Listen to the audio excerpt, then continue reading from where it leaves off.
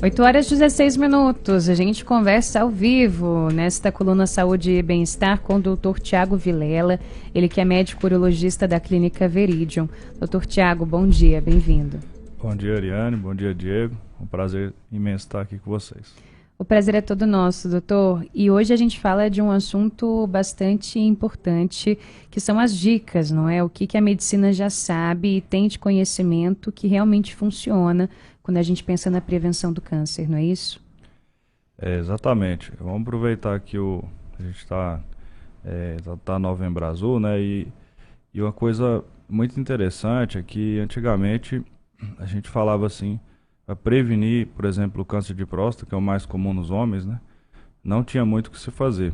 Mas hoje a gente o conhecimento vai melhorando e a gente vai aprendendo sobre as doenças, entre várias delas, similaridades entre uma doença e outra.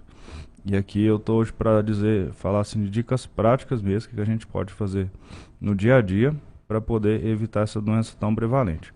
Nós temos dois tipos de prevenção.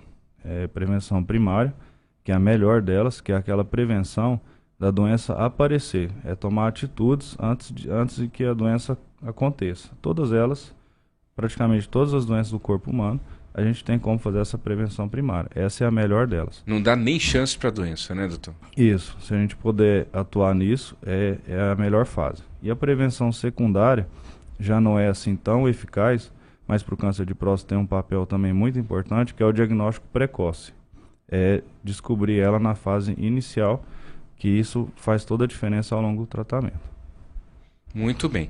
E na prevenção primária, então, as dicas que o senhor traz vale para todo tipo de câncer, doutor? Eu diria que sim, porque, vamos lá, né? Vamos lá. Em relação ao câncer de próstata mesmo, a prevenção primária, o que a gente sabe que funciona, né? É eficaz.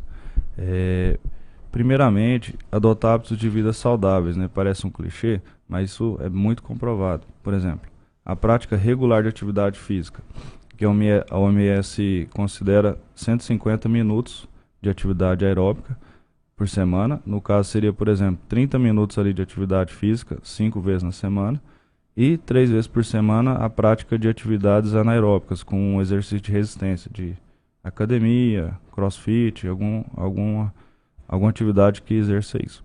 Outra forma é uma alimentação com... Deixa eu só voltar aqui na atividade física, isso é importante. Então a orientação é 5 vezes por semana, meia hora. Meia hora. Ela coloca 150 minutos por semana. De uma caminhadinha, de Pode uma ser corrida. uma caminhada mais acelerada, uma corrida.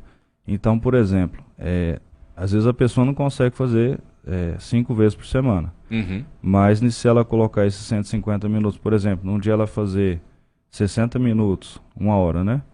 No outro dia, fazer 2 horas. Isso aí já deu 180. E aí é atividade de verdade, não vale para academia e ficar sentado na máquina com o celular na mão, né, doutor? Só para postar no Instagram, né? Não é? Não pode. E 3 vezes por semana um pouquinho mais pesado. A parte de resistência muscular, a parte anaeróbica também é muito importante para a gente, porque se ela ficar só no aeróbico, acaba que ela perde massa muscular, e a massa muscular é muito importante nos homens, em relação a produzir mais testosterona. E quanto mais, por exemplo, quanto mais exercício anaeróbico você faz, mais massa muscular você gera, mais testosterona você produz e mais forte você fica. Então é um ciclo virtuoso. Na mulher isso também é válido, né? Apesar de que ela tem níveis menores de testosterona, a mulher também tem esse hormônio no corpo. Esses dias apareceu para mim na minha timeline do Instagram um vídeo clássico que já rodou, já viralizou aí em outros momentos, mas que mostra, ele faz ali uma tela dividida que mostra um idoso que praticou atividade física ao longo da vida e um idoso que não praticou atividade física ao longo da vida. Ali claro que tem uma questão ali, talvez até um pouco sensacionalista, mas é muito forte e muito real, né? Você vê a diferença que faz mesmo no fim da vida. Para mim, você viu muito, me marcou muito, doutor. Isso que você falou é muito real e a gente vê isso na prática, entendeu? A gente já atende muito paciente e é muito diferente um idoso que a gente vê ali que ele está com 75 anos, 80 anos e às vezes não tem nenhuma doença, ou seja, ele conseguiu durante toda a vida dele fazer a prevenção primária de inúmeras doenças. hipertensão, diabetes, ele não toma medicamento para nada, mas você vai ver, eu sempre pergunto, pratica atividade física, como é que é a alimentação? Geralmente é uma pessoa magra, um idoso que não é obeso, e ele tem na rotina dele, seja um trabalhador braçal, um trabalhador rural, ou mesmo que mora na cidade, mas tem a prática, já incorporou isso durante toda a sua vida, a prática de atividade física. E aí o senhor falava também da questão da alimentação saudável. A gente ouve muito falar sobre isso, mas creio que causa algum tipo de confusão até em algumas pessoas, né? Quando a gente pensa em uma alimentação efetivamente saudável para todo mundo, não precisamente uma dieta para alguém que queira emagrecer ou especificamente reduzir alguma taxa do exame de sangue. Em regra, quando a gente pensa em uma alimentação saudável para o público como um todo, do que a gente está falando? Isso aí é muito importante desmistificar e também assim, porque a gente vê muito assim, dieta da moda, dieta cetogênica, dieta não sei o que, proteína, mas o que é fato, né?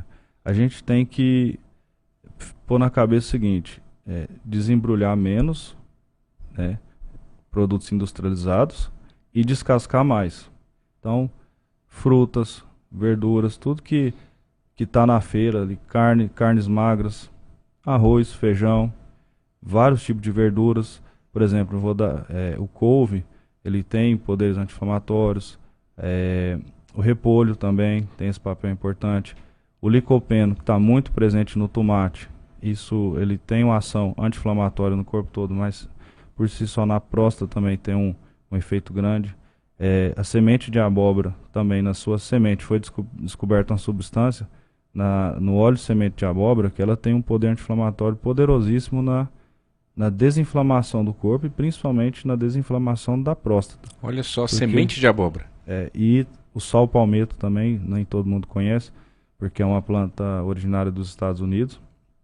Ela faz a inibição de uma enzima, chama 5-alfa-redutase. Essa enzima ela faz a conversão da testosterona em dihidrotestosterona. Esse outro hormônio, a dihidro, ela age na próstata, crescendo, aumentando seu volume, causando a hiperplasia e aumentando o risco de câncer. Então são efeitos descobertos com estudos e que fazem um efeito ali muito importante. E por que eu falei, Ariane, dessa questão de desmistificar? Porque às vezes a gente vê assim, produtos ditos como naturais, você vai no supermercado, tá lá naquele embrulhado bonitinho, integral, cereal de não sei o que, só que você vai ver, ele é totalmente artificial. Tem corante, tem muito glúten, tem alimentos ali que inflamam o corpo, que não vai ser bom para a saúde, em nenhuma doença, em nenhuma forma de prevenção. Então são alimentos naturais, descascar mais, desembrulhar menos. Essa frase é boa, hein? Descascar mais e desembrulhar menos. Vale para você, nosso ouvinte da Nova Brasil. Tudo isso que a gente está falando é aquela velha história, né? Todo mundo sabe que tem que fazer, mas se perguntar quem faz direitinho, aí já é outra história, né, doutor? Exatamente. Mudança de hábito não é fácil, né? A gente tem que ser todo um processo aí, né? Entender a importância e realmente colocar à disposição para isso, né? Essa é a prevenção primária. A secundária, que dicas que a gente poderia dar? Bom, a secundária, antigamente a gente só se falava nela, né? Principalmente no câncer de próstata, câncer de mama. O câncer de próstata, então, em relação à prevenção secundária, nessa doença em si, ela é muito importante, porque a gente frisa em diagnosticar nas fases iniciais. Como é que é feito? A população geral, acima de 50 anos, é recomendado procurar o urologista, fazer exame de sangue, que é o PSA, que é uma proteína, e o exame da próstata, o toque retal, para descobrir ali um nódulo pequeno, a doença começa com essa alteração, esse nódulo, e depois ela cresce, ela sai para fora da próstata, pode dar metástase. E isso aumenta e muito a chance de cura, que na fase inicial é mais de 90% de cura, se retirar daquelas células doentes, a fazer a cirurgia ou a radioterapia. Isso a gente está falando então de descobrir no início e tratar. Naquela população que tem mais chance de ter o câncer de próstata, quais são elas? São quem tem histórico familiar, no caso pai ou irmãos, deve começar com 45 anos.